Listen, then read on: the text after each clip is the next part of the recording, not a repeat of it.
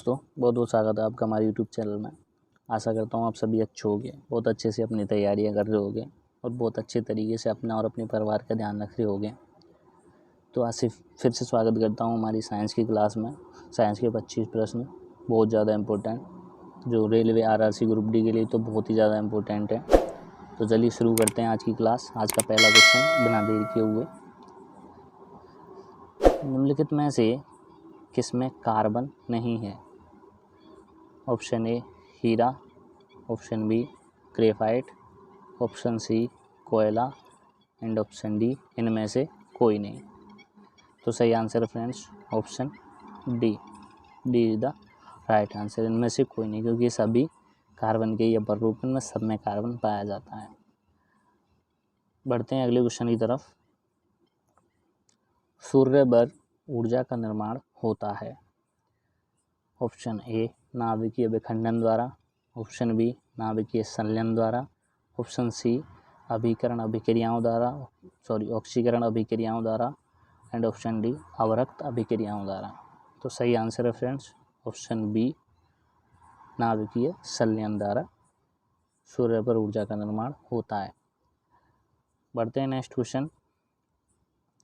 Vitamin C का रासायनिक नाम क्या है? ऑप्शन ए एस्कॉर्बिक अम्ल, option B thiamine, option C citric अम्ल एंड ऑप्शन डी टार्टरिक अम्ल। तो विटामिन सी का रासायनिक नाम होता है ऑप्शन ए एस्कॉर्बिक अम्ल। थाइमीन होता है विटामिन B1 का। तो चलिए बढ़ते हैं अगले क्वेश्चन की तरफ। निम्नलिखित में से किस खनिज द्वारा लोहा प्राप्त किया जाता है? लोहे को किस खनिज से प्राप्त करते हैं? ऑप्शन ए चूने का पत्थर, option B pitchblende, option C monazite रेत एंड ऑप्शन डी हेमेटाइट। तो सही आंसर फ्रेंड्स लोहा जो है हेमेटाइट से प्राप्त किया जाता है। Option D is the right answer. लोहे का अयस्क होता है हेमेटाइट। बढ़ते हैं अगले क्वेश्चन की तरफ। एक कार बैटरी में प्रयुक्त विद्युत अपघट्य है। ऑप्शन ए हाइड्रोक्लोरिक अम्ल, ऑप्शन बी सल्फ्यूरिक अम्ल, ऑप्शन सी नाइट्रिक अम्ल एंड ऑप्शन डी अशुद्ध जल। तो सही आंसर है फ्रेंड्स बैटरी में प्रयुक्त विद्युत अपघट्य होता है ऑप्शन बी सल्फ्यूरिक अम्ल। चलते हैं नेक्स्ट क्वेश्चन की तरफ। यदि किसी ऐनक के लेंसों की शक्ति +2 डायऑप्टर हो तो उसकी फोकस दूरी कितनी होगी? Option A 200, option B 100 centimetre, option C 50 centimetre, option D 2 centimetre. तो सही answer friends option C 50 centimetre. Option C the right answer. बढ़ते हैं नेक्स्ट क्वेश्चन की तरफ। 100 वाट का बिजली का बल्ब यदि 10 घंटे जले तो बिजली का खर्चा होगा। ऑप्शन ए 0 से 1 इकाई, ऑप्शन बी 1 इकाई, ऑप्शन सी 10 इकाई, ऑप्शन डी 100 इकाई। तो सही आंसर है फ्रेंड्स 100 वाट का बल्ब यदि 10 घंटे जले तो खर्चा 1 इकाई 1 यूनिट का होता है। Option B is the right answer. 100 × 10 = 100 kilowatt, जिसे 1 यूनिट कहते हैं। बढ़ते हैं अगले क्वेश्चन की तरफ। भारी पानी वह होता है। ऑप्शन ए जिसका तापमान 4 डिग्री सेल्सियस पर स्थिर रखा जाता है, ऑप्शन बी जिसमें कैल्शियम और पोटेशियम के अम्लीय लवण होते हैं, ऑप्शन सी जिसमें हाइड्रोजन का स्थान आइसोटोप्स ले लेता है एंड ऑप्शन डी जिसमें ऑक्सीजन का स्थान उसका आइसोटोप्स ले लेता है। तो option C is the right answer. जिसमें हाइड्रोजन का स्थान आइसोटोप से लेते हैं वो भारी जल होता है। बढ़ते हैं नेक्स्ट क्वेश्चन की तरफ। ठंड के दिनों में लोहे के गुटकों और लकड़ी को प्रातःकाल छुएं तो लोहे का गुटका ठंडा लगता है क्योंकि? ऑप्शन ए लोहे के गुटके का ताप लकड़ी के गुटके से कम होता है, ऑप्शन बी लकड़ी की तुलना में लोहा ऊष्मा का अच्छा चालक है, ऑप्शन सी, लकड़ी की तुलना में लोहा ऊष्मा का खराब चालक है।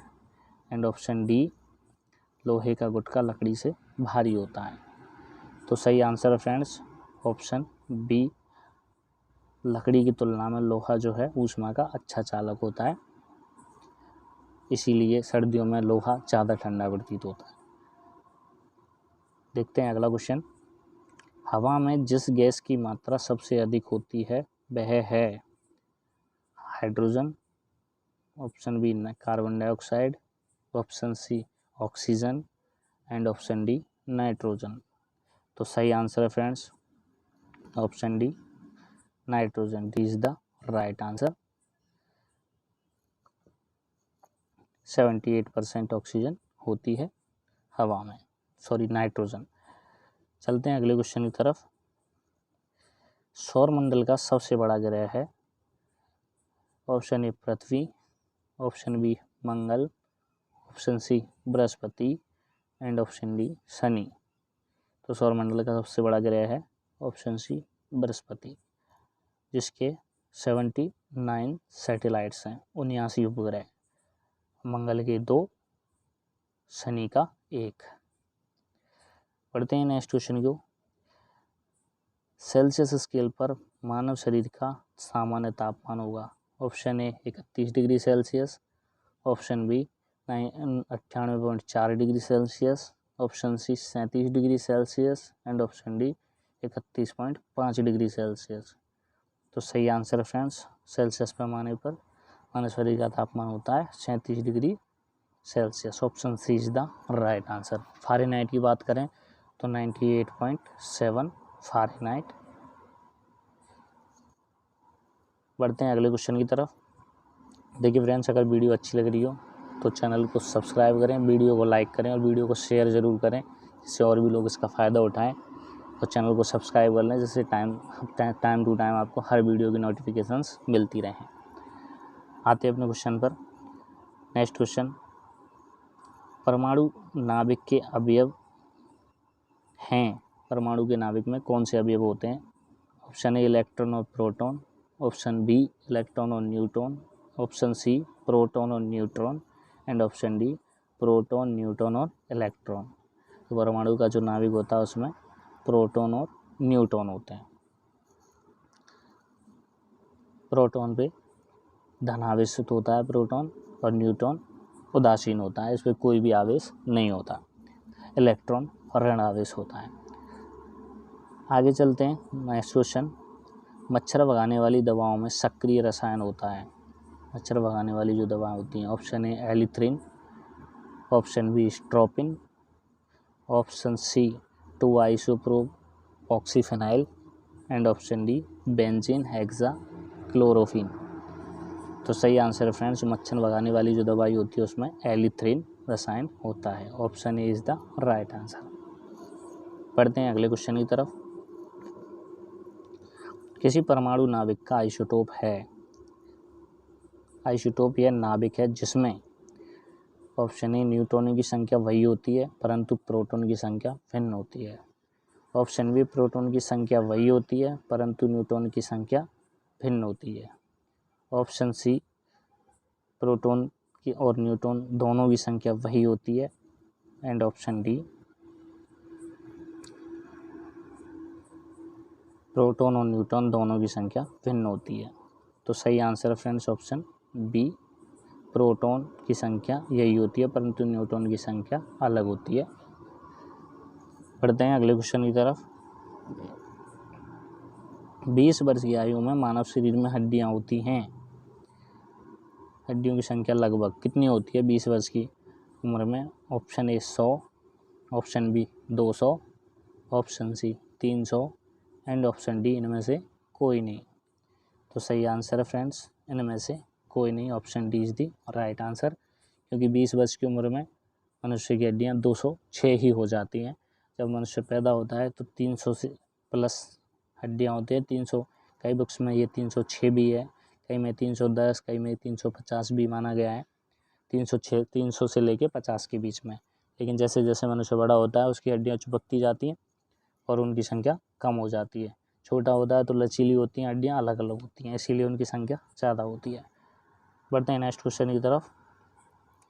स्त्रियों की तुलना में पुरुष वर्णांधता से अधिक पीड़ित हो सकते हैं, क्यों? जो आदमी होते हैं उनमें कलर ब्लाइंडनेस ज़्यादा होती है बजाय औरतों के, कलर ब्लाइंडनेस का रोग ज़्यादा पाया जाता है। कारण ऑप्शन ए, वे अधिक मानसिक तनाव से गुजरते हैं। ऑप्शन बी, वे अधिक देर घर से बाहर रहते हैं। ऑप्शन सी, उनमें केवल एक क्रोमोसोम होता है। एंड ऑप्शन डी, उनमें साधारणतः चर्बी कम होती है। तो सही आंसर है फ्रेंड्स ऑप्शन सी, उनमें सिर्फ केवल एक एक्स क्रोमोसोम होता है, इसीलिए पुरुष ज़्यादा कलर ब्लाइंडनेस से ग्रसित होते हैं बजाय स्त्रियों के। पुरुष जो होते हैं उनमें एक एक्स और एक वाई गुणसूत्र होता है, जबकि महिलाएं होती हैं उनमें दोनों एक्स गुणसूत्र होते हैं और लिंग निर्धारण संतान का हमेशा पुरुष के गुणसूत्रों के द्वारा होता है। चलिए बढ़ते हैं अगले क्वेश्चन की तरफ। HIV द्वारा होने वाला रोग है।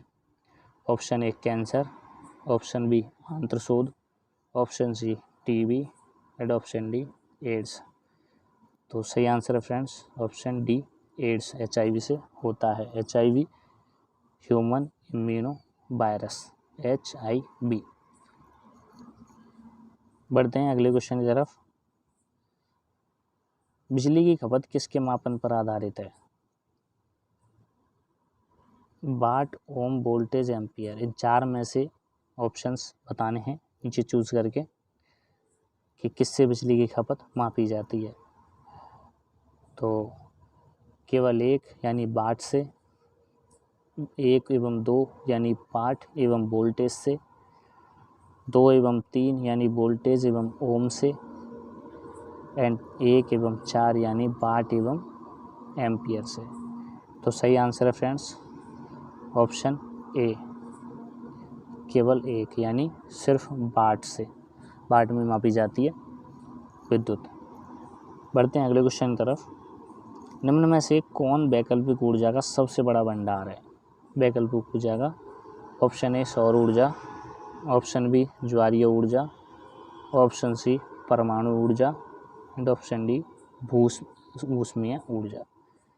तो वैकल्पिक ऊर्जा का सबसे बड़ा भंडार है ऑप्शन डी भूस्मरीय ऊर्जा।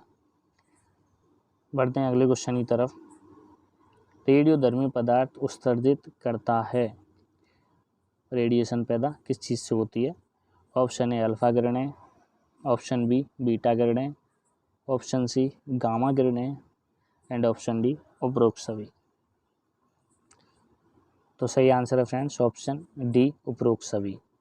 ये बी नहीं डी है, क्योंकि ये सारी जो भी रेज होती हैं सभी से ही रेडिएशंस पैदा होती हैं। चलते हैं नेक्स्ट क्वेश्चन की तरफ। जल की स्थायी कठोरता का कारण है।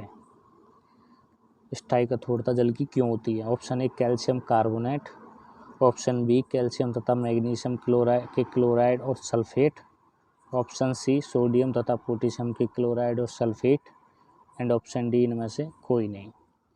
तो सही आंसर फ्रेंड जो जल की स्थायी कठोरता होती है, परमानेंट जो कठोरता होती है, वो कैल्शियम तथा मैग्नीशियम के क्लोराइड और सल्फेट के कारण होती है। Option B is the right answer. बढ़ते हैं नेक्स्ट क्वेश्चन की तरफ। 23वां क्वेश्चन। निम्न में से सबसे भारी धातु है। ऑप्शन ए तांबा, option B uranium, option C aluminium and option D चांदी। तो सबसे भारी धातु ऑप्शन बी निम्न में से यूरेनियम।